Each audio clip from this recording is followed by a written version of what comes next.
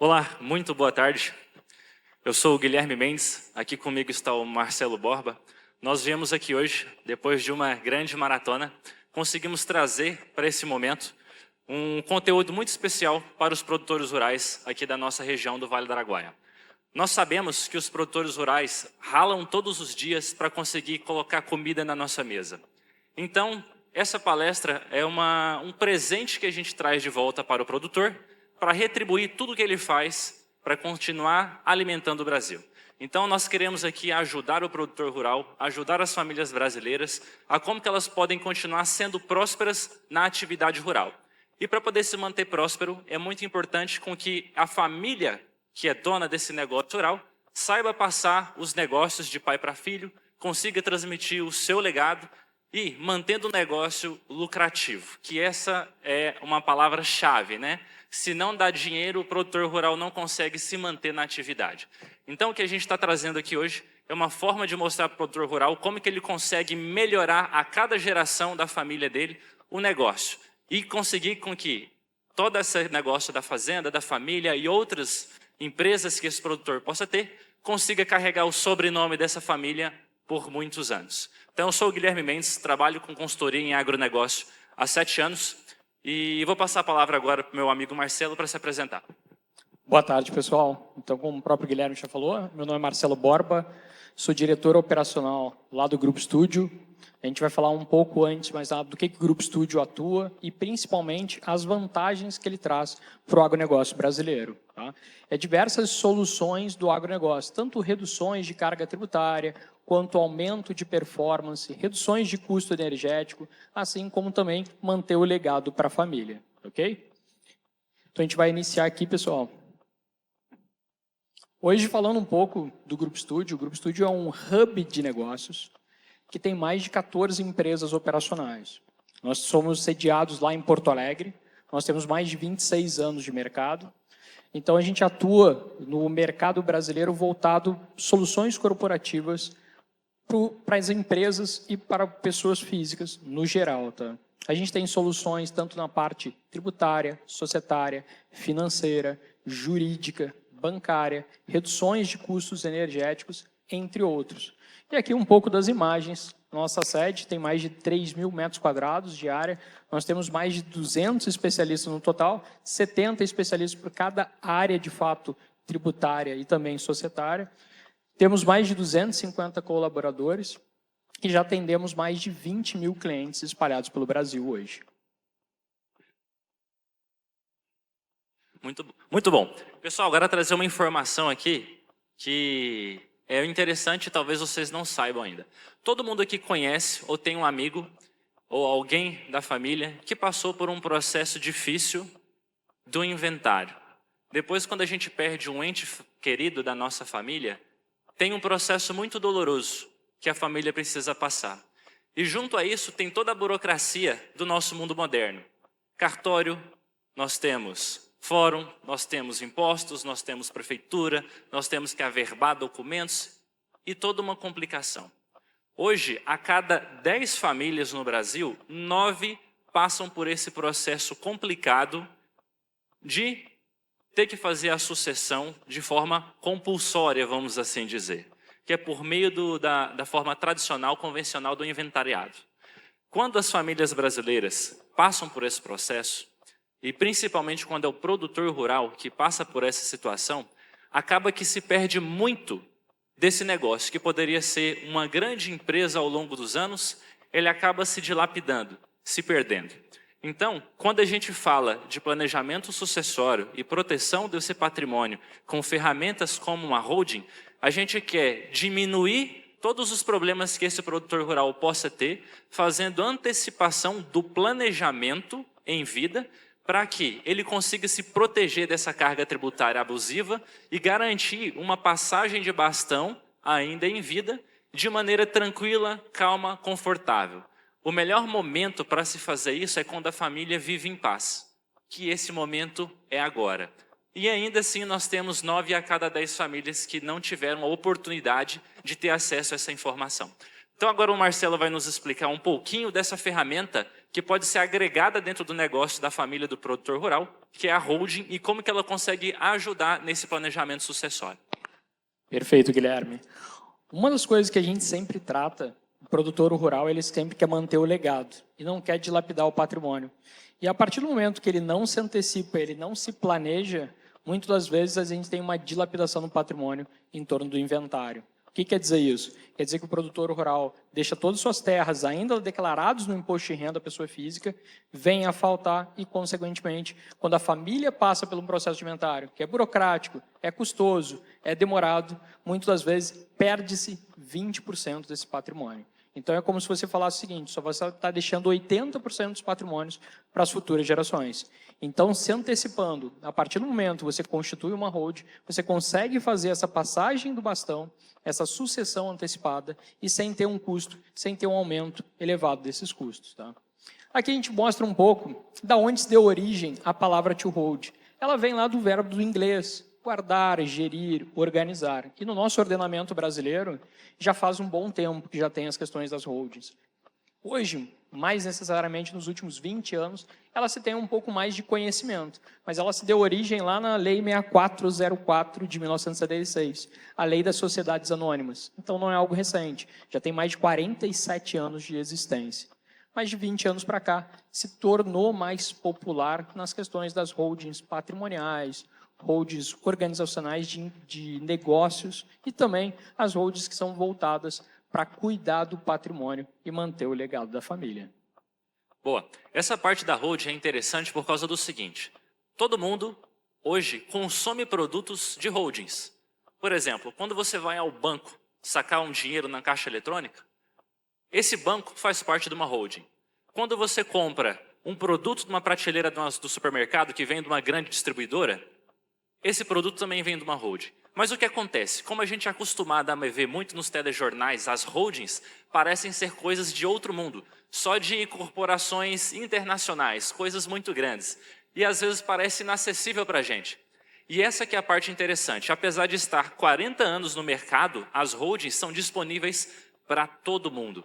Só que devido a esse distanciamento, acabou que não chegou ainda no poder dos produtores rurais. Existem sim alguns produtores rurais que já conseguiram realizar o seu planejamento sucessório através da holding, mas ainda está meio nublado as informações, existe muita dúvida, existe muito questionamento. E o fato dessas informações não serem muito claras, não estarem num único local para poder ajudar o produtor rural, fica-se muito em dúvida e acaba sendo uma realidade distante. Então hoje todos vocês vão ter a oportunidade de tirar todas as dúvidas a respeito da holding como uma ferramenta de planejamento e vocês vão ver que é muito mais simples do que vocês pensam. E já poderão sair daqui, desse momento, dessa palestra, inclusive com um planejamento sucessório engatilhado para que vocês possam aplicar em suas fazendas. Perfeito, Guilherme. A gente vai passar um pouco das características das holdings, tá, pessoal? Hoje, nós falamos principalmente em 3 características principais. As holdings patrimoniais, as holdings puras e as holdings mistas. O que é uma holding pura? É aquela empresa que controla outras empresas operacionais. Na Lei 6404 de 1976, o objetivo das holdings nada mais era do que ser uma empresa que controlasse outras empresas operacionais. Então, o objetivo dessa é, para grandes grupos econômicos, você ter uma empresa que administra todo o patrimônio, todos os negócios da família como um todo, através de uma empresa única. Isso é bem interessante. A gente dá um exemplo, vocês vão ver o Itaú Unibanco. Quem controla o Itaú Unibanco é a Itaúsa Holding. Então, ela tem diversas empresas abaixo na camada protetiva dela. Então, esse é o principal intuito de uma holding pura ou uma holding de participações. Aí, logo na sequência, vamos falar um pouco das holdings patrimoniais, que hoje são muito mais conhecidas, holdings patrimoniais ou holdings familiares. Nada mais é do que você tirar o patrimônio, transferir o patrimônio da pessoa física para a pessoa jurídica. E a partir do momento que você faz essa transferência, você já planeja a sucessão não mais dos patrimônios, e sim através das cotas ou das ações dessa empresa. E por que isso? Vamos lá, a única certeza que a gente tem da vida é que a gente vai vir a faltar lá na frente. Uma pessoa física ela é finita, uma pessoa jurídica já não. Ela tem tempo indeterminado. Ela pode durar 10 anos, ela pode durar 200 anos. Depende sempre de uma boa administração. Então, a partir do momento que você transfere os bens de uma pessoa física para uma pessoa jurídica e deixa organizada a sucessão através das cotas ou das ações dessa empresa, você já está deixando legado para as futuras gerações. E assim, sucessivamente, para as próximas e futuras gerações. Não cai mais nos processos de inventário e não dilapida mais o patrimônio. Então, as holdings patrimoniais, ela tem o intuito de manter os bens da família, 100% dos bens da família, organizado para as futuras gerações. Enquanto você deixa os seus bens na pessoa física e vem a faltar, você passa pelo processo de inventário, você paga honorários advocatícios, ITCMD, que é o Imposto de Transferência, Causa Morte ou Doação, e você paga os custos cartorários. Então, a partir do momento que você coloca todos os bens, transfere para dentro de uma hold, você consegue organizar e os 100% daquele patrimônio que você conquistou ao longo do tempo, você consegue deixar para as futuras gerações. E também, Marcelo, muito legal isso aqui que você comentou. Nós, como seres humanos, como pessoas físicas, a gente tem um tempo, né, onde a gente vai permanecer nessa terra. Então, quer dizer que quando a gente faz um processo de planejamento sucessório e usa uma pessoa física por meio de uma holding, a gente consegue prolongar esse legado, essa marca na terra, para muito além das futuras gerações, é isso mesmo? Perfeito. Porque a pessoa física, quando ela não faz um planejamento antecipado, ela, consequentemente, deixa os patrimônios sempre na mão do patriarca. E a partir do momento que o patriarca continua com patrimônios e não passa para os filhos, para os sucessores, antecipado, você cai num processo de inventário. Ah, mas Marcelo, eu fiz uma doação, eu passei antecipadamente para ele. Perfeito. Só que uma doação também você pagou ITCMD, que é o ITCD, Imposto de Transferência de Doação. Você já teve um custo elevado. A partir do momento que você utiliza a hold nesse mecanismo, o patriarca não perde o poder de mandar no patrimônio. Ele pode continuar como administrador da sociedade, ele pode continuar como usufrutuário das cotas e ter todo o poder da caneta. Se ele quiser vender, se ele quiser locar, se ele quiser fazer qualquer operação naqueles patrimônios, ainda ele tem o poder. Então, através de uma pessoa jurídica, a gente tem umas características muito mais avançadas e, consequentemente, não passa o processo de inventário, a gente fala muito, mas é um processo burocrático, demorado. Em alguns casos pode durar 2 anos, outros casos a gente tem lá no escritório que teve família que levou mais de 20 anos, causou aquela rixa entre as famílias, ainda mais quando o patriarca se vai, os filhos podem brigar entre os patrimônios. Para que isso não ocorra, antecipadamente, fazendo as questões de hold e, quem sabe, uma governança corporativa, a gente consegue se antecipar e deixar definido o legado para as futuras gerações. Um ponto importante também, pessoal, qual é um dos objetivos? A partir do momento que a gente tem os bens aí na nossa pessoa física, a gente sabe que o produtor rural ele é equiparado a uma empresa. O produtor rural ele paga tributo, ele fatura, ele tem despesas, ele tem funcionário, e tudo isso são riscos do negócio dele. A partir do momento que ele deixa de ter um risco empresarial, ele tem uma reclamatória trabalhista, ele tem uma penhora, ele tem uma execução, ele tem deixa de pagar os tributos, tem passivo, o que pode ocorrer? Aqueles bens que estão declarados no imposto de renda dele podem ser bloqueados. E aí sim ficar em garantia dos passivos que ele detém. E isso, a partir do momento que você transfere para dentro de uma holding os patrimônios, você já está protegendo aqueles bens de eventuais riscos no futuro. Um risco de uma reclamatória trabalhista, um risco de uma execução, uma penhora, uma autuação nesse caso. Então, vale muito a pena também, por causa do produtor rural, ele está exposto diretamente, está sempre declarado, tudo declarado no imposto de renda dele, na pessoa física dele. Os funcionários, folha de pagamento, as questões tributárias, tudo está envolvido no produtor rural, pessoa física. E Marcelo, a partir do momento que a gente transfere, a gente protege. Então, peraí, deixa eu ver. Então, quer dizer que, mesmo quando a gente fala de sucessão, durante a operação do negócio do produtor rural, ele consegue ter benefício dessa ferramenta? Ou seja, se caso o produtor rural tiver algum passivo ambiental em sua área, ou tiver algum problema trabalhista, ou tiver qualquer tipo de... que coloque o teu dinheiro, o teu patrimônio líquido em risco, a justiça, ela por entender que os seus bens estão no seu CNPJ, acaba podendo utilizar desse patrimônio para pagar uma eventual dívida. Mas estando com um planejamento sucessório bem feito, através da proteção com holding, a gente acrescenta uma camada protetiva a mais em todo esse patrimônio que essa família construiu? Perfeito. Aquilo que a gente tinha falado anteriormente. A partir do momento que vocês fazem um processo da constituição de uma holding, no momento de paz, sem execução, sem reclamatória, você fez um momento lícito e amanhã ou depois ocorreu qualquer reclamatório trabalhista, qualquer passivo, seu patrimônio está protegido. Ele foi, posteriormente, ocorreu esse passivo. Então, seu patrimônio já estava protegido antecipadamente. Você tem como fazer parcelamento, você tem outros mecanismos que seus bens não vão ser garantidor desse débito. Essa é uma das principais vantagens para os produtores rurais, quando eles se antecipam e criam-se as holdings familiares. Que maravilha. Então, quer dizer, durante a operação, quanto mais negócios essa família tiver, maior a importância dela ter, então, uma proteção por meio de uma holding. Porque vamos supor que hoje uma fazenda tem a própria execução da atividade rural, seja produção pecuária ou agrícola, ela vai ter ali um caminhão ou dois, ou uma empresa de caminhões para poder fazer a logística, o transporte desses insumos. Ela pode ter também outras empresas de insumo que abastecem a própria rede, enfim, outros negócios que se herdam da família. Então, tudo isso traz risco para o patrimônio da família. E a gente consegue organizar todo esse patrimônio por meio dessa ferramenta. Como é que fica a organização, a estrutura disso? Perfeito.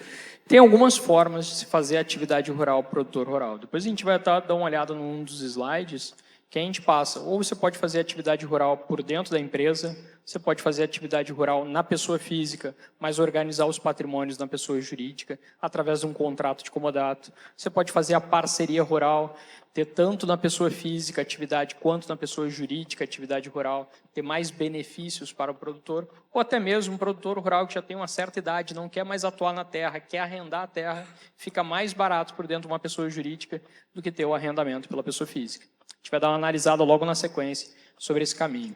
Mas essa tela aqui é bem importante, pessoal. Por que ela é muito importante? Um planejamento sucessório realizado agora significa a diferença entre tributar determinado patrimônio em 1% ainda em 2023 ou 27,5% no futuro próximo. Por que 27,5% no futuro próximo? A gente está em vias de uma reforma tributária. Se vocês abrirem o Google e colocarem reforma tributária, todo dia sai notícia nova. E recentemente, no dia 20 de junho, foi aprovado na Câmara a reforma tributária. E o que trata essa reforma tributária? Só para dar um resumo. Ela fala sobre a unificação de impostos, principalmente unificação de 5 impostos em 2. Ela vai unificar o ICMS e o ISS em IBS, Imposto de Bens e Serviços, e vai unificar PIS, COFINS e IPI em um imposto, Contribuição de Bens e Serviços. Unifica 5 impostos em 2. Só que trata mais do que isso. Ela trata também sobre impostos de patrimônio.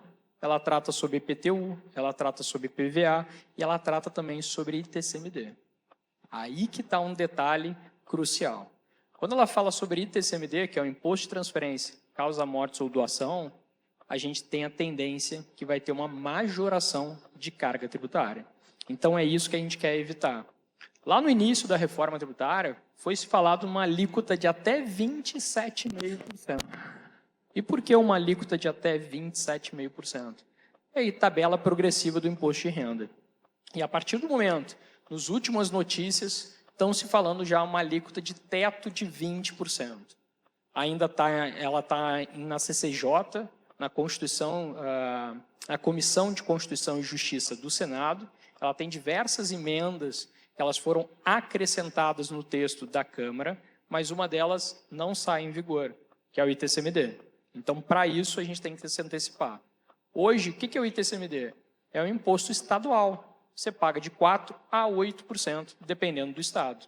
E a partir do momento que ele vai deixar de ser de 4% a 8% e pode passar a ser de até 20%, é isso que a gente tem que se antecipar.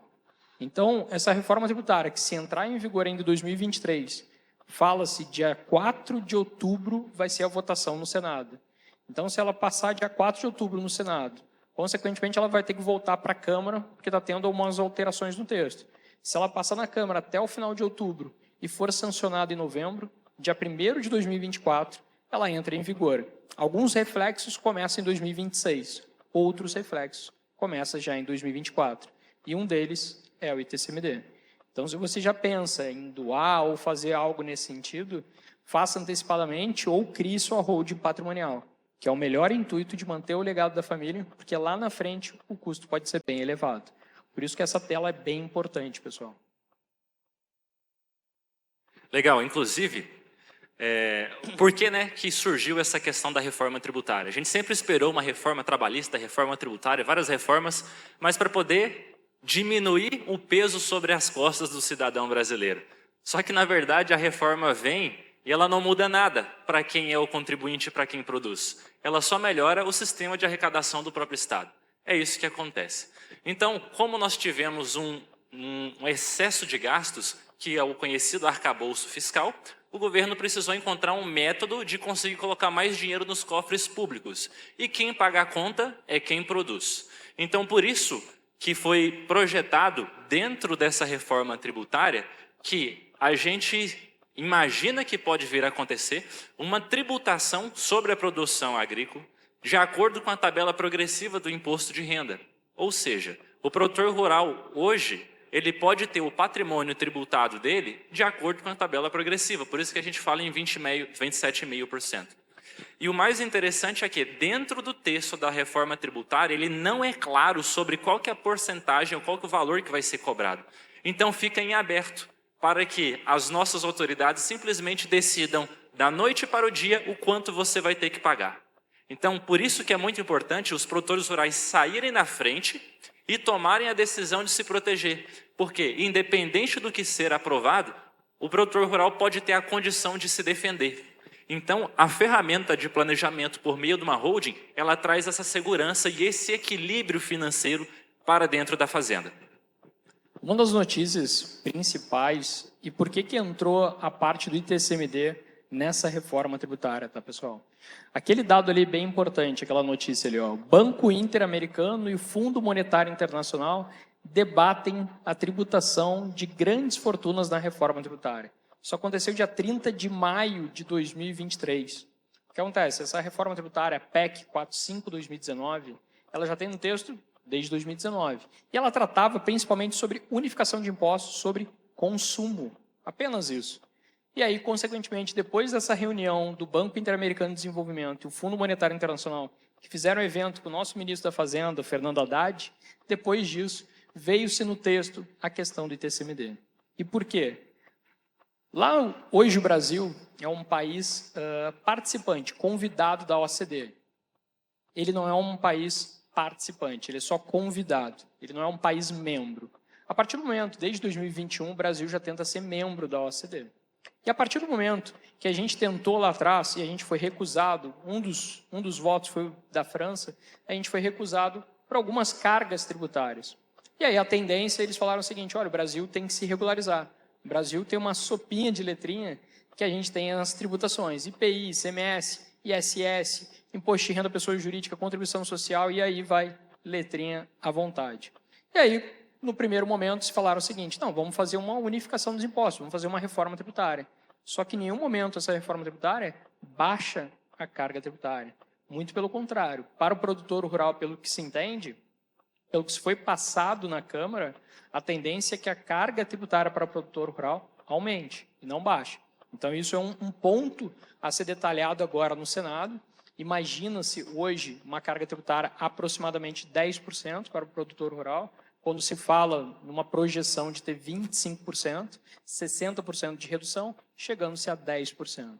Então, a partir do momento que teve essa união, Banco Interamericano de Desenvolvimento, Fundo Monetário Internacional e o nosso ministro da Fazenda, se pensou no seguinte, olha, a carga tributária sobre patrimônios e sobre receitas, lá nos países mais desenvolvidos, é de 40% de média. E aqui no Brasil, a tendência é o quê? É 8%.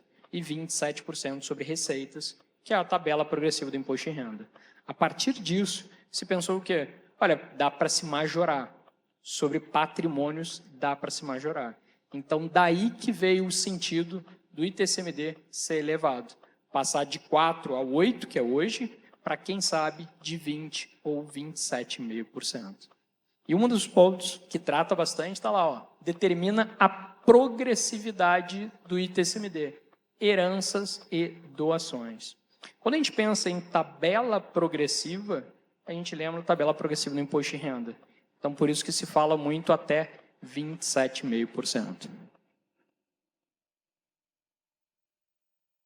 Agora a gente vai mostrar aqui para você, a liderança pensa a respeito desse tema.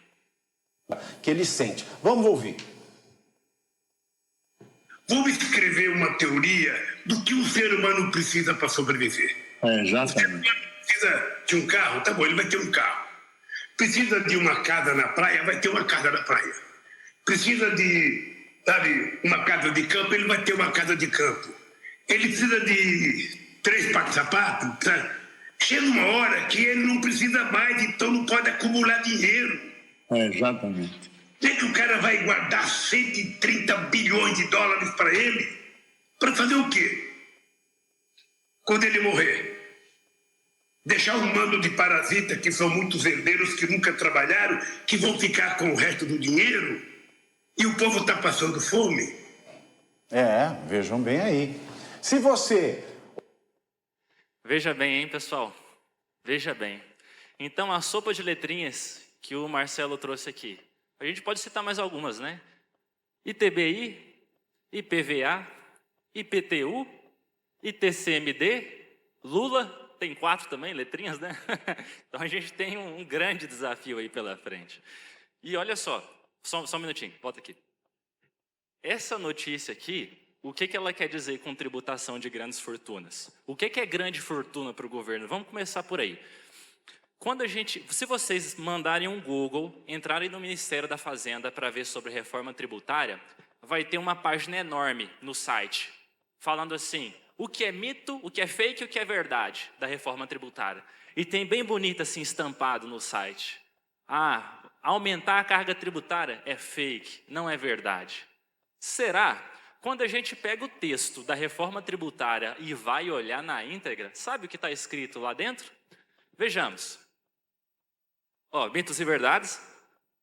Vamos ver ao vivo. Essa parte é engraçada, pessoal. Isso aqui é o site do Ministério da Fazenda. Isso, site oficial do nosso governo. Olha aqui, ó.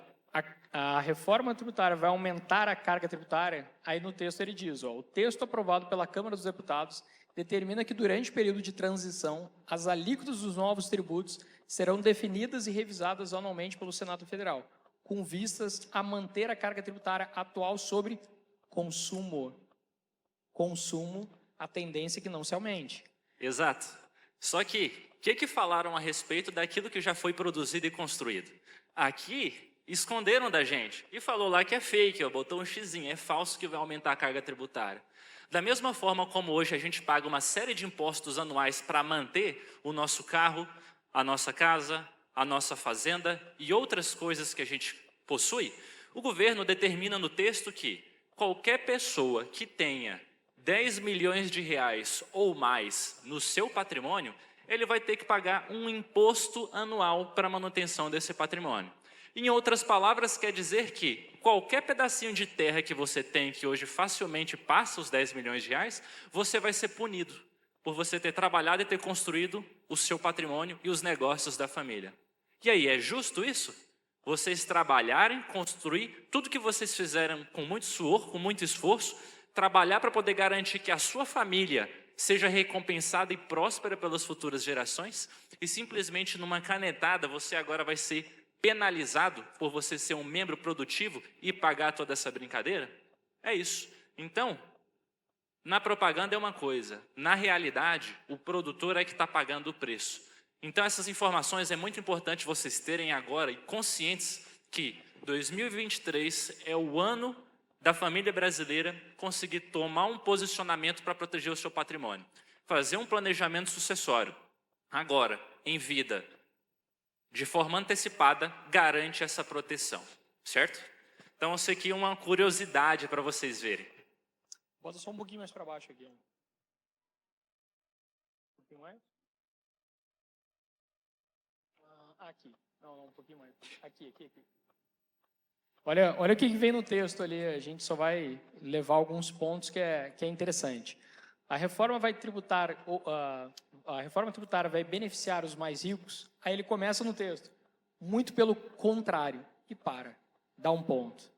E aí depois ele vem com a mesma ladainha sobre consumo. Olha lá, a reforma vai beneficiar todos os brasileiros, mas sobretudo os mais pobres, cujo consumo hoje é mais tributado que os mais ricos. Ele só está dizendo sobre o consumo, só que essa reforma tributária não é só sobre consumo, é sobre patrimônio, ok? Vamos dar uma olhada lá no início, tá? Volta lá em cima, só dá volta lá. Ó. Isso. Desce aqui, ó. Pode descer. Aqui do lado a gente vai ver os 20 itens da reforma tributária. Vamos lá para o final. Aqui.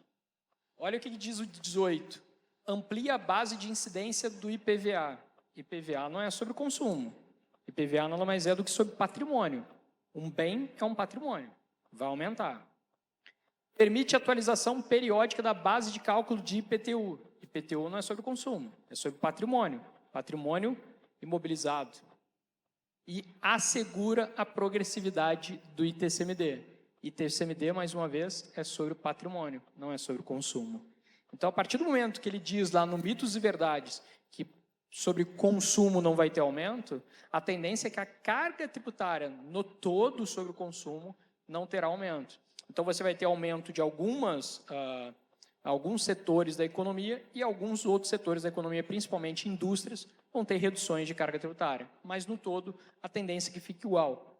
Consumo. Patrimônios, não. Tá? Agora, vamos dar uma olhada no texto na íntegra. Uma coisa que o Guilherme falou muito bem é o IGF. O que é o IGF, pessoal? É Imposto sobre Grandes Fortunas. Já está no texto há muito tempo. Ele está lá na nossa Constituição Federal de 1988. Só que até hoje nunca teve uma lei complementar sobre isso. Só que na reforma tributária agora, da PEC 110, trata sobre isso. Vamos dar uma olhada. Não, pode deixar ali, pode deixar ali. Bota lá para cima. Vem propostas. Aqui, ó, relatório 110 de 2019. Vamos direto no site da Receita Federal, não estou inventando nada. Bota lá na página 73.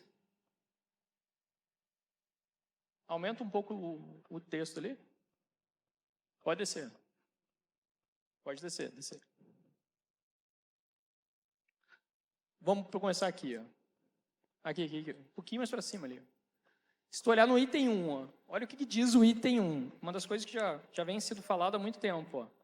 Altera o artigo 153 do parágrafo 2º do item 3 da Constituição para prever que haverá cobrança de imposto de renda sobre lucros e dividendos apurados por pessoas jurídicas para pessoas físicas e sobre juros sobre capital próprio. O que quer dizer isso, pessoal? A distribuição de lucros, já faz muito tempo, desde 1994, ela não é tributada na pessoa física.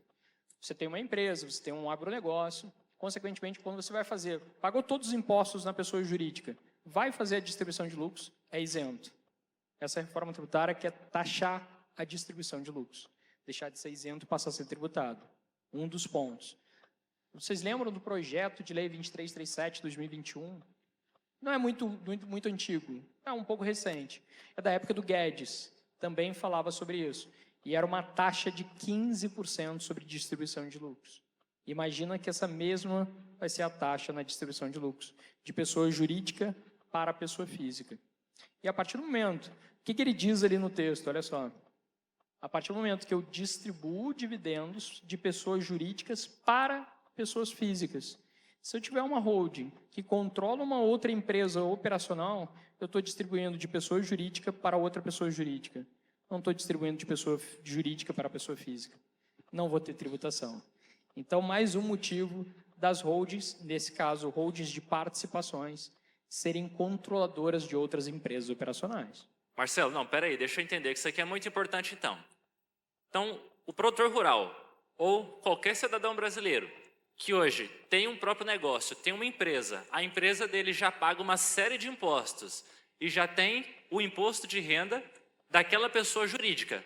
Quer dizer que agora, com esse texto da nova reforma, vai ser tributado ao passar o que sobrou de dinheiro para os sócios?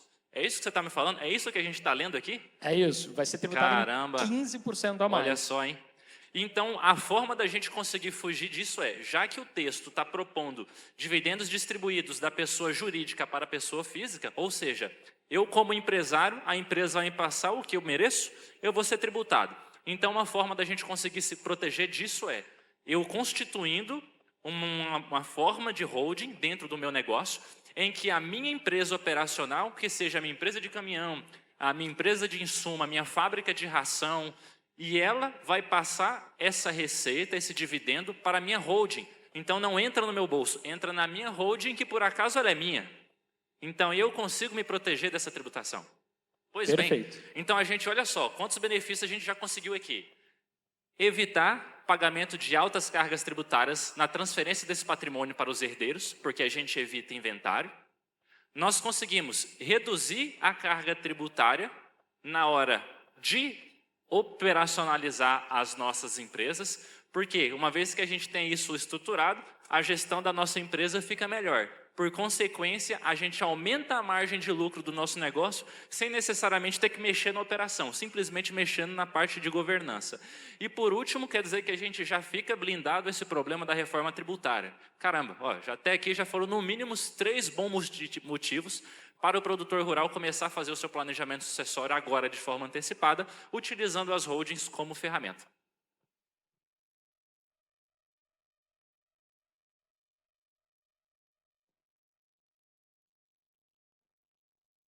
Em princípio, não seria um pouco sofístico essa argumentação quanto a essa vantagem? Porque tudo bem, da operacional vai para a holding, eu não pago o imposto porque é jurídica para jurídica. Mas para o sócio importa também ele ter o dinheiro no bolso dele. Quer dizer, a hora que a holding for repassar, vai ter o lucro e dividendo, vai ser tributado da mesma forma. Certo. Vou passar para o Marcelo aqui responder para você com detalhes, mas eu já te adianto o seguinte. Não sei se vocês observaram, um tempo atrás, o dono da Van fez um comentário. Ele disse o seguinte, eu sou um empresário pobre de uma empresa rica. Inclusive, ele saiu da lista dos empresários com mais dinheiro, com mais riqueza.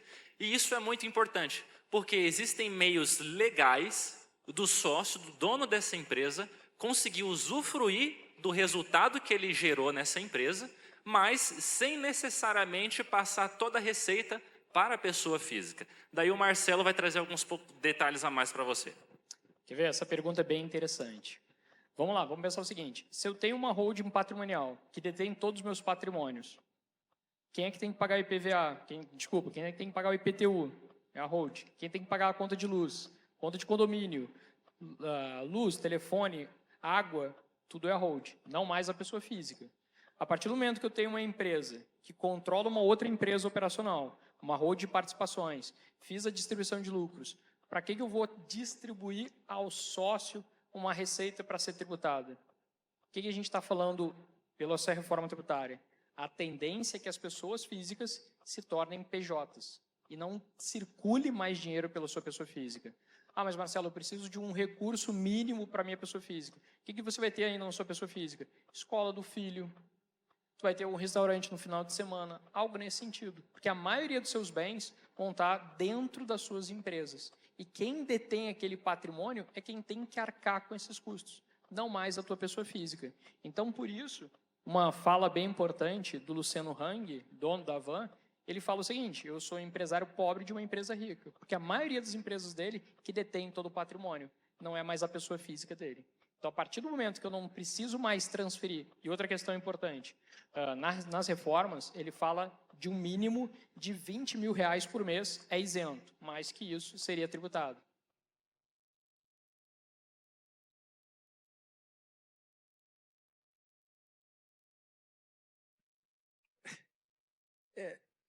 Eu estou achando interessante a colocação, mas me parece que nem sempre, ou quase sempre, a ordem dos fatores não altera muito o produto. Porque, até onde me consta, se a pessoa jurídica fizer certas despesas que na realidade são do sócio, isso vai ser considerado como ou salário indireto, e portanto tributável, ou como disfarçada distribuição de lucros. Então, eu volto à primeira pergunta. Como sair desta situação legalmente? Muitas vezes a confusão patrimonial, quando a gente fala, é o seguinte: a pessoa física tem carro, aí quem paga as despesas daquele carro da pessoa física é a própria empresa. Nesse caso, quem vai ter o carro vai ser a pessoa jurídica, não mais a pessoa física. Então não é uma confusão patrimonial, porque aquele carro é da empresa, quem tem que arcar com aqueles custos é a empresa, não a pessoa física. E o carro tem que ser utilizado tanto no âmbito da empresa, pode ser utilizado no final de semana sem problema, mas o carro é da empresa. A grande confusão patrimonial que ocorre, e quando tem uma autuação, é que o carro está no nome da pessoa física, mas a gasolina está sendo paga pela empresa, o IPVA está sendo pago pela empresa. Aí ocorre a confusão patrimonial. Então, quando você não tem mais nenhum bem na sua pessoa física e as empresas estão arcando com seus bens, não tem mais confusão patrimonial. Desculpe a minha insistência, porque talvez a minha limitação não esteja alcançando onde você chega. Mas o que eu quero dizer é o seguinte, nesse contexto, tudo bem, a pessoa física, ou seja, o sócio, não tem mais nada no nome dela, porque tudo é da empresa. Mas ela vai ter necessidades e despesas de cunho estritamente pessoal. Se ela vai fazer por viagem ao exterior com a família, se ela vai pagar a faculdade do filho, e evidentemente hoje a gente sabe que uma simples mensalidade de uma faculdade de medicina passa em muito esses 20 mil reais que teoricamente seriam permissivos ou isentos. Então, em algum momento, me parece que este mecanismo vai ter que sair desta jurídica para esse sócio, seja como distribuição de lucro ou dividendo, ou se fosse hoje como juros de capital próprio, seja o que fosse, mas ele tem graça que ser tributado. Em algum momento isso vai ser tributado, porque não me consta como uma coisa palpável, realista, um sócio ter uma empresa, e quanto maior a empresa dele, maior o padrão de vida dele. E qualquer coisa com relação ao padrão de vida pessoal dele, que seja suportado pela empresa, será tributado de uma forma ou de outra. Mas você percebe que a tributação vai ser bem menor? Porque vamos pensar, hoje eu tenho um padrão de vida, vamos dizer, eu tenho 200 mil por mês de padrão de vida. Eu tenho casas no meu nome, eu tenho apartamento, tenho fazendas no meu nome. Então, a partir do momento que eu não tenho mais as fazendas no meu nome, não tenho mais os apartamentos no meu nome, todos aqueles custos são nome de pessoa jurídica, não mais de pessoa física. Eu vou distribuir cada vez menos para a tua pessoa física, e mesmo que eu tenha um custo maior que 20 mil reais mensais, ainda a distribuição de lucros eu vou pagar sobre isso, não sobre o cheio que eu pagaria muito mais alto. Perfeito. E dando uma complementada aqui nessa parte, eventualmente, dependendo do tipo de pessoa, pode ser que ela precise sim. Lembrando que nessa construção de múltiplas ou uma holding, você tem mais de um sócio que muitas vezes são membros da mesma família. Então, é 20 mil por CPF. Então, a gente pode ter ali vários sócios usufruindo desse mesmo benefício até o limite de 20 mil. Então, é mais uma forma do empresário conseguir melhorar a carga tributária dele, certo? E lembrando que, uma vez que venha a exceder esses 20 mil, como o Marcelo muito bem disse, você vai pagar sobre esse pequeno excesso e não mais sobre todo o que você receitou no período fiscal, certo? Como é que é o nome do senhor, por favor mesmo? Ivani, entendido agora? Ivan. Perfeito. Não, ótimo comentário. E olha só, agora a gente vai com outro ponto que bate muito nessa parte do patrimônio ainda na pessoa física. Aqui a gente está no item 3. Vamos lá para o item 8, que é bem interessante. Pode passar. Pode descer. Aqui, ó. Item 8. Aqui. Estabelece que até regulamentação por lei complementar, o imposto sobre grandes fortunas será disciplinado por ato da Receita Federal, que fixará uma alíquota de 0,5% a 1% sobre o patrimônio líquido da pessoa física que exceder 10 milhões. O que quer dizer essa parte do texto da reforma tributária? Se eu tenho um patrimônio maior que 10 milhões na minha pessoa física, eu sou considerado uma pessoa rica. Se eu sou considerado uma pessoa rica, eu tenho que pagar IGF. E o IGF é de 0,5% a 1% sobre o meu patrimônio. Então, vamos lá. Se eu tenho um patrimônio de 10 milhões, eu vou pagar 100 mil reais anuais, porque se for 1%, é isso. Ah, Marcelo, então deixa eu tentar entender. Se eu tenho um carro, eu pago IPVA. Se eu tenho uma casa, eu pago IPTU. Se eu tenho um patrimônio maior de 10 milhões da minha pessoa física, eu vou pagar IGF. É isso. É isso que eles querem trazer para nós. O IGF nada mais é do que imposto sobre grandes fortunas para pessoas físicas. Está aqui no texto, né? Patrimônio líquido da pessoa física. Por que pessoa física? Porque a pessoa jurídica, você não pode dizer que uma pessoa jurídica ela é rica. Por que uma pessoa jurídica você não pode dizer que ela é rica? Porque a pessoa jurídica ela tem um propósito, ela tem que atender às necessidades da sociedade, ela tem uma atividade, ela tem uma estrutura mais adequada para os negócios. Então, independente se ela tem 10 milhões, se ela tem 100 milhões, se ela tem 1 bilhão, você não pode considerar que uma pessoa jurídica é rica. Uma pessoa física, sim. Então, em cima dessas reformas tributárias que estão em pauta no Congresso, que nós imaginamos que nos próximos 4 anos entrem em vigor, a gente tem que se atentar.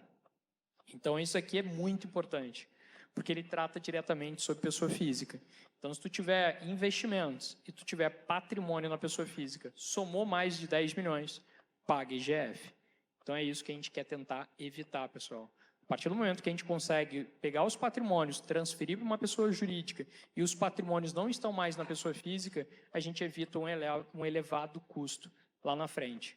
Então, esse é um dos principais intuitos. E o produtor rural, querendo ou não, uma atividade rural dele, um patrimônio maior de 10 milhões, não é tão passível assim dele ter um patrimônio maior que isso. Se ele tem 1.000 hectares, nada mais é do que ele tem mais de 10 milhões de patrimônio. Então, é mais ou menos isso que a gente tem que pensar e evitar. Quem sabe falar para ele, explicar para ele, pensar o seguinte, olha, amanhã ou depois, tu continuar com esse patrimônio na tua pessoa física, vai ser mais custoso, vai ser mais caro manter esse patrimônio e, além disso, com a elevada carga tributária do TCMD, se tu quiser fazer uma doação lá na frente, vai se tornar mais caro.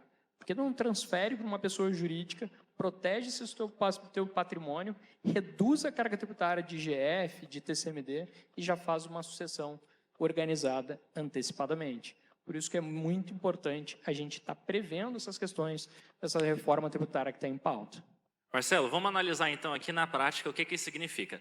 Então quer dizer que hoje, o empresário brasileiro ou o produtor rural, se ele tem lá uma Hilux do ano, no nome dele, já foi 300 mil embora dessa cota. Aí se por acaso a casa da mãe dele estiver no nome dele, se os bens do filho estiver no nome dele também, e ele tem uma casa ali na capital em Goiânia e outra na praia, mas a fazenda dele, eu acho que explodiu isso aqui em pelo menos umas 2, 3 vezes, garantido, facilmente, certo? Então esse é mais um motivo que nós temos para poder pensar nesse planejamento antecipado por meio de holding, para a gente poder evitar essa carga grande de impostos que nós temos aqui. Lembrando, a carga tributária hoje já é pesada, já é cara. O que a gente está vendo aqui é uma piora no que vai vir, certo? Então, só um ponto de muita atenção para a gente poder reforçar a importância da gente levar isso aqui em pauta e não mais com um assunto para ser discutido no ano que vem, 2025, mas para ser discutido agora. Já de reunir a família e mostrar a importância disso aqui para que seja regularizado essa estruturação interna. E o mais interessante, né, Marcelo? A gente está falando de toda essa questão de holding, de planejamento. Isso, na prática, no dia a dia, só traz mais acalento para o produtor, né? Porque ele vai poder encostar a cabeça no travesseiro e dormir com a tranquilidade de que os filhos estarão protegidos de pagar essa carga tributária e saber que no futuro ele vai poder se aposentar com calma e tranquilidade. Porque além do planejamento sucessório para a transmissão dos bens de maneira com menor carga tributária, é possível gerar também a governança corporativa, onde a gente ajuda a conduzir os filhos e os herdeiros para ser, além de herdeiros, serem sucessores do negócio. Que muitas vezes herdeiro e sucessor são coisas distintas, né? Nós temos produtores que têm filho que faz faculdade em São Paulo, um que tem um outro negócio na capital e acaba não tem ninguém para tocar fazenda. Quando a gente constitui a ferramenta de holding para o planejamento sucessório, a gente ajuda também esse produtor a fazer a administração dos negócios deles, trazendo terceiros para dentro da sua construção familiar, de maneira organizada, calculada e controlada. Ou seja, os antigos donos do patrimônio do negócio agora viram conselheiros executivos. em que eles administram o negócio, permitindo que terceiros venham perpetuar o legado. Vamos ver aqui, por exemplo, a John Deere. É uma empresa centenária. Hoje, os membros da família que fundaram não estão mais presentes em vida, mas veja o tamanho dessa empresa, está presente globalmente. E é a principal empresa do ramo do agronegócio em máquinas agrícolas em todo o planeta. Ou seja, esse planejamento, utilizando a holding como ferramenta, traz esse tipo de oportunidade, para que os produtores, além de ter o teu próprio negócio, consigam garantir a transferência disso ao longo de gerações e séculos. Perfeito. Isso que a gente trouxe, pessoal, é só um reflexo da reforma tributária, mostrando que não é só sobre consumo, é sobre patrimônio também. E sobre patrimônio vai ter uma elevação bem significativa. A gente fez um mito e verdade dos mitos e verdades do Ministério da Fazenda aqui. Pode fechar e voltar para os slides. Vamos passar para o próximo. Pode passar isso aí também. Então, pessoal, aqui tem uma parte bem importante. Ó. Olha só, desde a década de 50 até o momento atual, a gente fez um evolutivo de quanto que é a carga tributária e evolução do PIB. E hoje a carga tributária é muito pesada. A gente paga praticamente 35% de carga tributária sobre consumo, sobre qualquer parte de patrimônio. A carga tributária do Brasil é muito elevada. E a gente não tem, infelizmente, a gente não tem um retorno quanto aos nossos pagamentos de impostos. A gente não tem uma saúde de qualidade, a gente não tem um transporte de qualidade, a gente não tem tanta segurança, a gente não tem escolas suficientes e nem de primeiro mundo. Então, é isso mesmo, a gente paga e não tem a contraprestação. Então, a partir do momento que a gente traz essa evolução, é porque, cara, a gente está cansado de pagar tanta carga tributária e agora vai vir um aumento em vez de vir uma redução com essa reforma. Então, por que não se proteger, se planejar e evitar esse aumento de carga tributária, principalmente vendo essa evolução dos últimos anos? Se o nosso sistema tributário fosse uma empresa, ela seria startup. Olha só como que cresce o aumento da carga tributária ao decorrer das décadas. Dificilmente nós temos empresas privadas que têm esse nível de crescimento. Mas vamos analisar aqui. A partir dos anos 90, em que o Brasil começou a dar uma regularizada em questão de governo, nós tivemos um crescimento expressivo no nosso PIB, entrou num platô em que a gente permaneceu estável na produção de riqueza, mas entrando nos anos 2010, a gente teve uma queda na produção em relação ao crescimento, e nos anos 2020 deu uma estagnada. A gente já entrou com o pé esquerdo por questão de pandemia, né? Então acabou dificultando. Mas vejam bem quem que não parou de crescer. Essa linha amarela é a nossa queridíssima carga tributária. Ano após ano ela vem presente, estando cada vez mais alta e mais forte em nossos bolsos. Isso é de chorar, né? Lembrando que quando Portugal era dono do Brasil, era império do Brasil, falava-se do quinto dos infernos, em que a gente pagava 1/5 de imposto. A nossa carga tributária está crescendo 35% a cada 10 anos. A gente já paga hoje pelo menos 40% a 50% de imposto para poder sobreviver no nosso país. Então, veja bem, não tem nem nome que se dá, né, para esse quinto dos infernos nosso. É só um inferno, não é nem um quinto, é um inferno completo já. Uma parte engraçada também que a gente debate, quando a gente faz umas reuniões com empresários, a gente sempre fala assim, quantos sócios você tem na sua empresa? Ele fala, eu e meu filho, ou eu e minha mulher. Então tá, quem é que mais ganha dinheiro? Não, mas é 50-50. Não. É 34% para o governo, 33% para você, 33% para sua mulher. Porque o governo te tira na última linha lá, 34% de imposto de renda e contribuição social. Então, teu maior sócio hoje é o governo.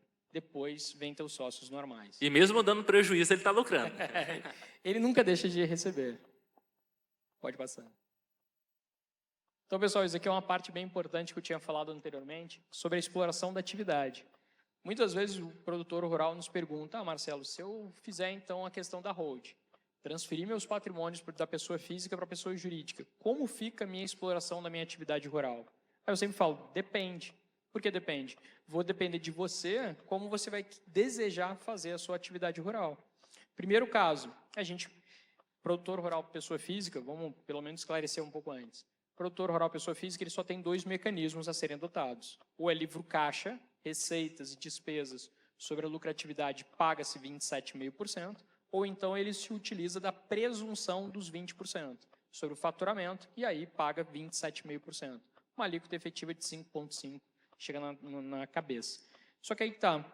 Através da holding, ele tem diversos mecanismos a serem adotados. Ele abre um leque de 4 possibilidades, não mais só 2. Vamos lá, primeiro, ele pode fazer toda a exploração da atividade não mais pela pessoa física, e sim pela pessoa jurídica. Ah, Marcelo, fazer a exploração pela pessoa jurídica nos torna mais caro? Depende. A partir do momento que eu sou produtor rural de arroz, feijão, milho, soja e assim sucessivamente, eu não tenho uma carga tributária de PIS e COFINS na saída. Se eu não tenho incidência de PIS e COFINS na saída, mas eu tenho saldo credor de PIS e COFINS na entrada sobre meus maquinários, aqueles maquinários caros que o produtor rural compra, nada mais são, quando não tem uma empresa de um lucro real, a depreciação desses maquinários me gera crédito de PIS e COFINS. Sobre a energia elétrica, muitas vezes tu vê produtores rurais com pivô, tem bastante gasto com energia elétrica. Se essa energia elétrica, de fato, gera crédito de PIS e COFINS. E assim sucessivamente para os demais insumos. Então, de fato, ele tem crédito de PIS e COFINS na entrada, não tem o débito de PIS e COFINS na saída. Aí o produtor rural me pergunta, Marcelo, eu tenho saldo credor, o que adianta? Esse saldo credor de PIS e COFINS, depois de 2017, pela lei da PERDCOMP, eu consigo compensar com outros impostos federais. Eu consigo abater de imposto de renda à pessoa jurídica, de contribuição social sobre o lucro líquido e até mesmo da folha de pagamento dos meus funcionários, o INSS. São todos impostos federais, eu consigo compensar. Então, em alguns casos, a gente tem que analisar caso a caso para o produtor rural, pode ser que ele faça atividade rural por dentro da pessoa jurídica, não mais pela pessoa física. Vamos para o segundo exemplo. Marcelo, só um pouquinho aqui. Então, peraí. O produtor rural, então, que tem atividade rural que ele já roda na pessoa física dele, ele consegue levar esse patrimônio para dentro da holding e utilizar dos mesmos benefícios que as pessoas jurídicas têm para fazer a compensação de crédito de impostos? É isso que você está me falando? Na pessoa física só tem despesas. Você não consegue tomar crédito na pessoa física. Na pessoa jurídica você tem o direito de tomada de crédito. Essa é uma vantagem a mais para as pessoas jurídicas, não pelas pessoas físicas. Vamos para o segundo exemplo. Pega um produtor rural, claro. Claro, vamos lá. A partir do momento que a gente tem, eu faço atividade rural pela pessoa jurídica, quais os benefícios de fazer uma atividade rural pela pessoa jurídica? Aí tem que analisar caso a caso e ver qual é a atividade rural que de fato esse empresário tenha e qual é a margem de lucro que ele tenha. Para aí sim definir se de fato é mais vantagem pela pessoa jurídica ou pela pessoa física. E aí a gente sempre fala, muitas das vezes o produtor rural deixou de tomar crédito dos insumos que ele tem. O produtor rural sempre tem uma despesa bem elevada. E algumas despesas ele tem direito de tomada de crédito. Principalmente eu sempre levo em consideração os maquinários. Os maquinários, quando são muito elevados, o valor dele, a depreciação desses maquinários se toma crédito de PIS e COFINS. E assim, sucessivamente, de outros insumos que você compra normalmente na sua atividade. Então, muitas vezes a gente diz o seguinte, uma média, tá? Uma base de dados que nós temos lá no Grupo Estúdio. Dos 100% das suas despesas, 40% delas dão direito à tomada de crédito. E isso na pessoa física você não tem. Na pessoa física você só tem despesas. E essas despesas, você vai fazer o livro caixa, receitas menos as despesas, e aí você paga a carga tributária. Só que essas despesas na pessoa jurídica, além de ser uma despesa, para dedutível também, como um livro caixa pelo lucro real, nada mais é do que isso, você também tem o quê? O direito de tomada de crédito de PIS e COFINS. Então, uma vantagem a mais. E produtores rurais que têm soja, milho, sorgo, arroz, feijão, maioria grãos, não tem incidência de PIS e COFINS na saída.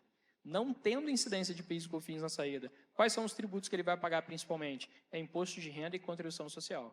Então, se na última linha ele paga imposto de renda e contribuição social, e além desses impostos ele tem o saldo credor de PIS e COFINS, ele consegue abater e muitas das vezes a carga tributária dele pode ser menor do que na pessoa física. Isso a gente tem que analisar caso a caso. Mas em muitos dos casos acontece isso. Lucas.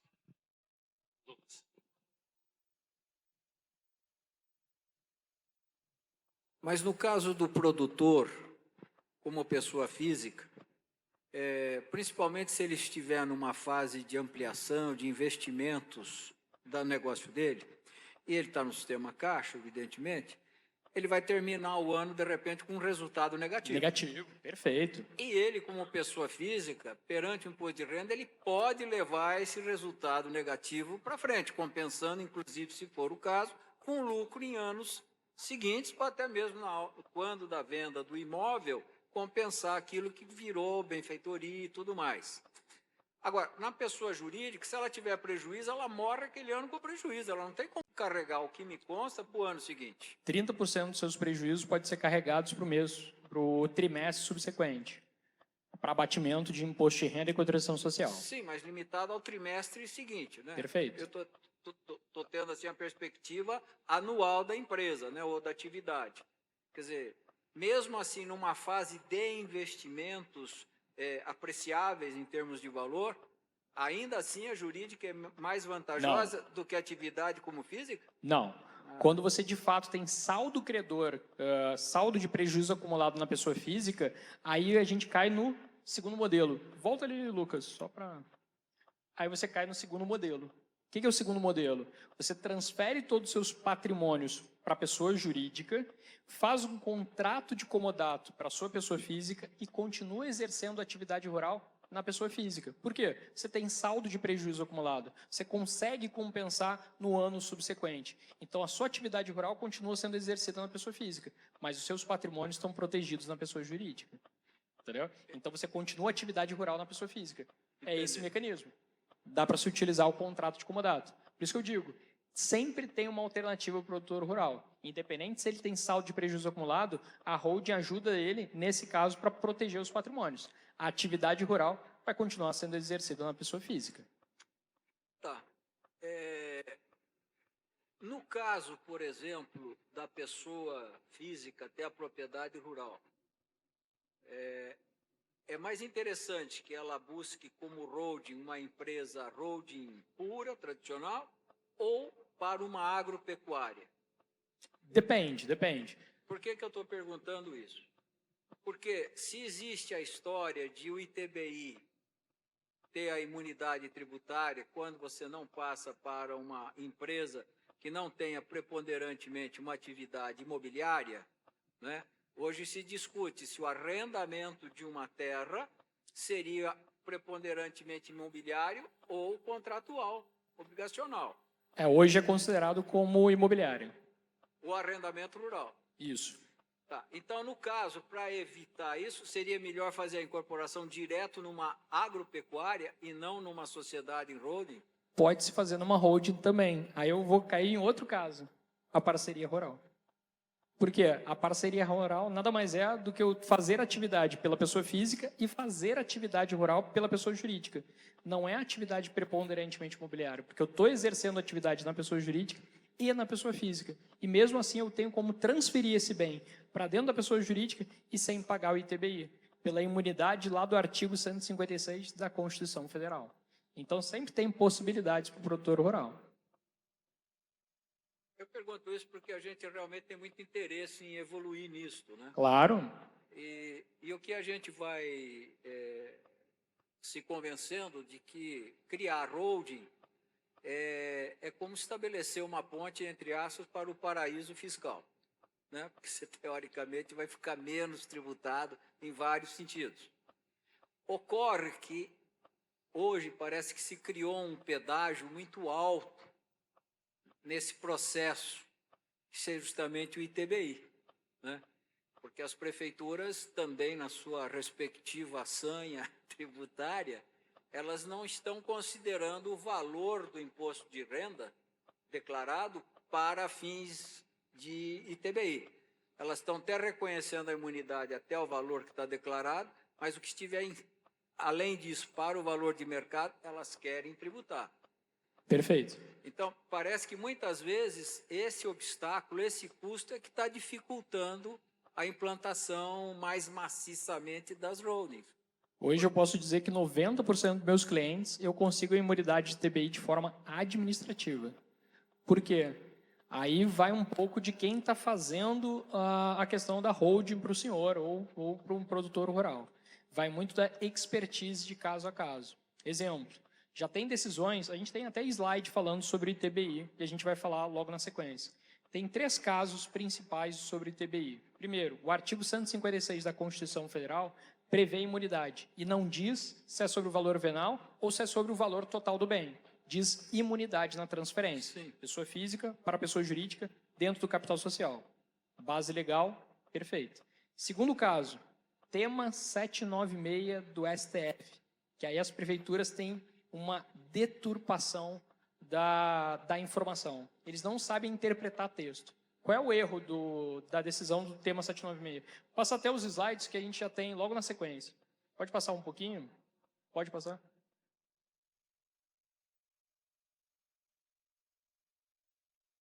Aqui, ó. Exigência equivocada do ITBI, no seu caso. Tema 796. O que foi o tema 796? O tema 796 foi um caso em Santa Catarina que um contador, nada mais é do que ele transferiu o patrimônio de uma pessoa física para uma pessoa jurídica. Só que nesse caso, ele colocou o que estava declarado no imposto de renda no capital social e o que estava a mais do capital social, o que é o valor de mercado, ele colocou como reserva de capital social. E aí que houve o equívoco, aí que houve o erro. E aí ele pleiteou a imunidade de TBI de forma administrativa, deu negativo, deu indeferimento, tentou de forma judicial, deu indeferimento, foi para o STF. E o STF julgou, o que o STF julgou? O STF, por 7 votos a 4, fixou a seguinte tese: a imunidade em relação ao ITBI previsto no inciso 1, parágrafo 2º do artigo 156 da Constituição Federal não alcança o valor dos bens que exceder o limite do capital social a ser integralizado. Perfeito. Algum momento ele falou sobre valor venal? Ele nunca falou sobre valor venal. E aí o que a prefeitura faz?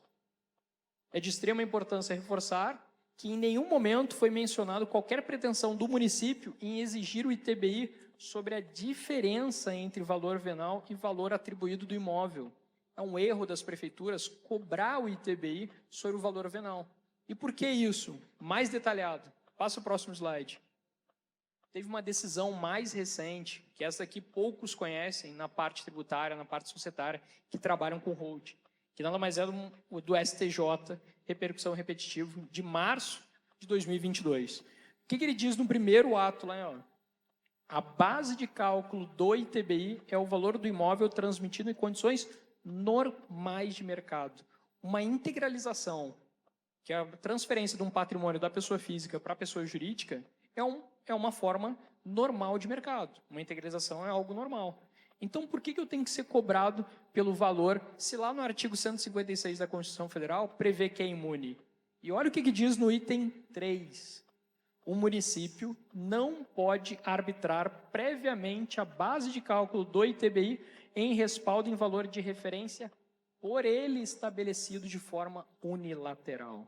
O valor venal não é um valor unilateral? Quem estipula o valor venal é o município. Então, ele não pode estabelecer isso. E a partir do momento que a gente tem todos esses dados, tem toda essa base legal, a gente pleiteia junto ao município a imunidade do TBI para os nossos clientes. Então, eu posso te dizer, afirmar que 90% dos meus clientes têm imunidade do TBI na transferência de bem. A gente fez recentemente um caso aqui em Querência. A gente conseguiu imunidade de TBI de 3 imóveis em Querência. Conseguimos imunidade de TBI de forma administrativa, sem precisar entrar via judicial. Então, eu sempre falo, vai muito de quem está fazendo o trabalho, a expertise de quem está por trás. Porque, às vezes, ele tentou uma vez, o município vai lá pelo tema 796, disse uma coisa e ele não defende. E aí você tem que fazer recurso. E se o recurso não for bem apurado, não for bem feito, pode ser que a prefeitura dê negativa novamente. Então, com a base legal, a gente vem conseguindo imunidade de TBI. Não tem problema. Perfeito? Complementando também uma informação sobre isso que é muito interessante aqui. Uma vez que você entre nesse processo de fazer essa integralização do seu patrimônio como cotas de uma empresa, o que isso te garante? Na maioria dos casos, esse processo de imunidade do ITBI, ele é um processo administrativo, em que a gente entra em contato com a prefeitura e faz a solicitação da imunidade. Não tem muito mistério. Só que o que acontece? A maioria dos casos, os contadores que faz a atividade operacional da fazenda, ele não é um especialista em planejamento sucessório. E aí, quando ele dá entrada num pedido, às vezes faz com um documento que não está adequado, ele coloca valores incorretos, não incorretos porque não é o valor da terra, mas incorreto visto ao que o processo exige. Daí, quando ele vai fazer a integralização com esse valor incorreto, acaba gerando uma sucessão de erros. Então, eu gosto de falar o seguinte: qualquer contador faz uma holding, mas somente a estúdio, o grupo estúdio, consegue garantir um planejamento sucessório adequado. O que isso significa? Holding é um CNPJ que tem uma natureza jurídica específica lá, para ser uma holding. Mas ela por si só não te garante nada. Então é necessário ter todo esse mecanismo de inteligência, de entender o mercado, saber qual que é a fala dos membros envolvidos, interessados nesse processo, para que você tenha imunidade. Como o Marcelo falou, a gente fechou agora um processo de planejamento de um casal de empresários lá do município de Querência, que trabalham com loteamentos, que tem casa, apartamento em capital, em outros estados, aqui no Mato Grosso também, e a gente conseguiu imunidade em todos até agora que a gente entrou. Ou seja, ele fez a integralização das cotas e não pagou nada. Isso é ótimo. E na maioria das vezes, no primeiro pedido de imunidade. Não teve que brigar nem discutir nada. Então esse é um outro engano que acontece. A solicitação da imunidade do ITBI não se trata de um problema que a gente tem que ir lá judicialmente, quebrar a cabeça, envolver fórum, advogado, aquela complexidade. Não, é simplesmente uma conversa. Só que como nós estamos, o Grupo Estúdio está há 25 anos no mercado fazendo esse trabalho, então a gente já tem a habilidade de fazer de forma mais fácil. Então o produtor rural, quando ele coloca o pé dentro do nosso escritório e toma a decisão de falar, não, realmente eu quero fazer o meu planejamento e eu entendi que essa é a melhor forma utilizando a ferramenta de holding. Então a gente já tem todo um caminho traçado. Então o produtor rural não tem surpresas. É do início ao fim, com tudo sendo controlado, monitorado, ele sabe exatamente o resultado que espera ele. Essa que é a grande diferença que facilita o trabalho do produtor. Só continuando, pessoal, a gente já mostrou o rural a fazer. Claro, faça-se a holding, transfere os patrimônios para dentro da pessoa jurídica, coloque seus filhos no quadro societário e contrata um administrador e arrenda a sua terra. Por quê? Porque se você arrendasse a sua terra na pessoa física, você ia pagar a tabela progressiva do imposto de renda, 27,5%. Já na pessoa jurídica, você paga 11,33% ou, no máximo, 14,53%. Uma carga tributária bem menor do que, de fato, na pessoa física. Então, eu sempre falo para o produtor rural, você tem 4 alternativas a se fazer a atividade rural. Não é só questão de vamos olhar para os seus patrimônios e não sei o que vai fazer na sua atividade rural. Não, a gente vai analisar a sua atividade rural e também seus patrimônios. E aí sim você abre um leque de possibilidades. E nas questões de TBI, a gente tem conseguido de forma administrativa, 90% dos casos, a imunidade. Marcelo, só uma coisinha que é muito interessante desse aspecto aqui é o seguinte: o produtor rural, mesmo quando ele não tem herdeiros sucessores, mas ele ainda tem herdeiros, esses herdeiros entram como sócios usufrutuários, ou seja, eles têm direito sobre o patrimônio do produtor rural, mas vai ter ali uma administração terceirizada. Então essa é uma grande vantagem. Hoje a gente anda aqui pelo Vale do Araguaia, é muito comum a gente encontrar uma série de produtores rurais que já está aí na faixa dos seus 50, 60 anos, que vieram do Rio Grande do Sul, do Paraná, construíram a sua história no estado do Mato Grosso, chega num determinado momento, não tem filho para continuar a operação, não tem herdeiros para continuar tocando o negócio, mas tem herdeiros para continuar a ajudar a construir o futuro dos netos, dos bisnetos, dos trisnetos. Isso não deixou de existir. Então essa é mais uma opção segura para garantir esse legado dessa família. Só vou passar uma parte bem rápida aqui, a gente já estourou o tempo. Só vou levar um último slide aqui que é bem interessante, pessoal. Vai passar. Esse aqui, vamos botar esse aqui. Esse aqui é bem interessante pelo seguinte: a gente hoje tem que levar em consideração que uma reforma tributária está em pauta. E se a reforma tributária está em pauta, a gente pode ter um aumento dos nossos custos de movimentação desse patrimônio. Então vamos lá, vamos pensar o seguinte, tá? Se a gente não fizer nada no nosso patrimônio, eu levei em consideração um patrimônio aqui imobilizado de 5 milhões. Patrimônio até que baixo. Se eu não fizer nada e entrar em vigor o projeto de emenda constitucional, esse patrimônio, amanhã ou depois, eu vir a faltar e passar a reforma tributária, qual vai ser o meu custo? R$ 1.375.000, referente a um patrimônio de 500 mil reais, de 5 milhões de reais, desculpa. Então vamos pensar o seguinte, é quase 1/3 do patrimônio está sendo dilapidado por causa de uma reforma tributária. É isso que a gente tem que pensar. Será que não é o momento de se planejar agora, se planejar antes de uma reforma tributária? Porque depois, caso não faça nada, não se planeje antecipadamente e venha a faltar, teu patrimônio vai ser dilapidado de uma forma muito maior do que é hoje.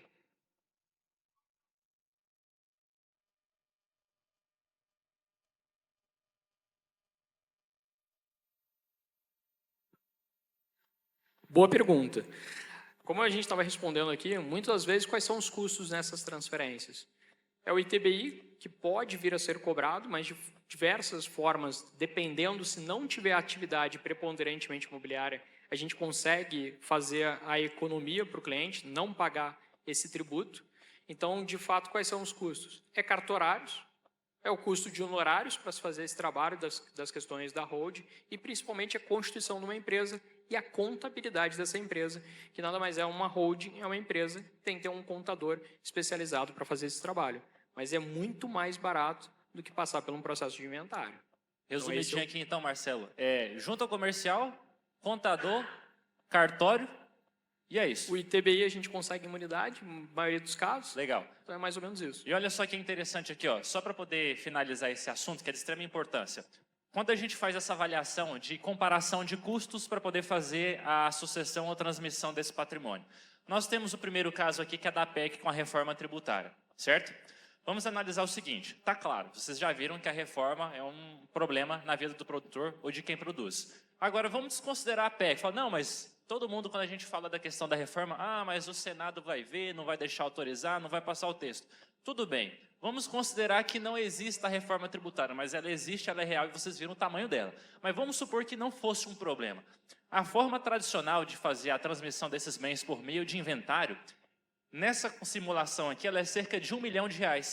Ou seja, tem aqui advogado, tem também os problemas com os custos de cartório, tem todo o problema do bloqueio de bens, tem problema também dos financiamentos que são realizados junto aos bancos e que, se esse produtor não tiver um seguro, ele vai ser executado em 30 dias para os herdeiros. Tem todo aquele problema da parte familiar, a parte emocional, ela fica muito pesada, é complicado. Então, tem uma série de complicações na hora de fazer a divisão dos bens, certo? Então, não tem vantagem nenhuma de não fazer nada. Ele é um grande problema. E aí, uma alternativa que muitos produtores usam, cerca de 5% dos produtores, fazem a doação, que a doação nada mais é do que você fazer a doação daquele patrimônio. Só que quando você faz uma doação, você não está regularizando a atividade operacional da fazenda, do negócio. Você só está jogando o patrimônio para outro ser humano, que vai voltar o problema de novo na hora que chegar a vez do seu herdeiro, ele vai ter o mesmo problema nas mãos. Ou seja, não foi resolvido, está empurrando o problema com a barriga. E qual que é a questão? Quando faz essa doação, o produtor rural, esse imposto seja mais barato. Mas vamos ver, se por acaso esse herdeiro decidir vender a terra, adivinha o que vai acontecer? Vai fazer a atualização do preço do patrimônio e ele vai ter que fazer um pagamento de ganho sobre capital, que vai incidir os 27,5% com o PEC ou não. Ou seja, de todas as formas hoje atual, a PEC é terrível, o inventário é péssimo, a doação é ruim. A melhor forma hoje, maneira estratégica, correta, que garante uma previsibilidade para o produtor rural no fluxo de caixa dele e que ele vai ter uma tranquilidade na sucessão, pagando infinitamente, é tão pouco que nem dá nem para ver o gráfico aqui, ó, do valor que esse produtor gasta quando faz o processo de planejamento sucessório com holding. Ele é muito inferior, no máximo 1% em relação ao patrimônio dele. A gente jogou aqui um valor baixo de 5 milhões. Agora vamos analisar um outro caso. Lucas, passa aí. Mais um. Vem. Aqui. Então aqui é um comparativo. Agora vamos pegar um patrimônio de 15 milhões de reais, certo? Esse patrimônio, agora que está na geração dos patriarcas, quando chegar na vez dos filhos, esses 15 milhões de reais, com a valorização da terra de 5% ao ano, que é pequeno, já descontada a inflação, a gente vai ter um patrimônio de 64 milhões de reais. Então, a doação que o produtor rural fez hoje no patrimônio de 15 milhões, ele gastou 1.200.000. Mas quando chegar lá na vez dos filhos, ele vai gastar 5 milhões. Se ele tivesse feito a holding agora, ele teria pagado no máximo 1% e o filho não vai ter que pagar nada. Então, veja bem, cada vez que a gente faz uma doação, a gente joga o problema para frente e o problema ele cresce. Por quê? Ele cresce junto com o valor do seu patrimônio. Então, isso que é muito interessante a gente avaliar. Então, o inventário não vamos nem comentar, né? Que aqui todo mundo entende que é terrível.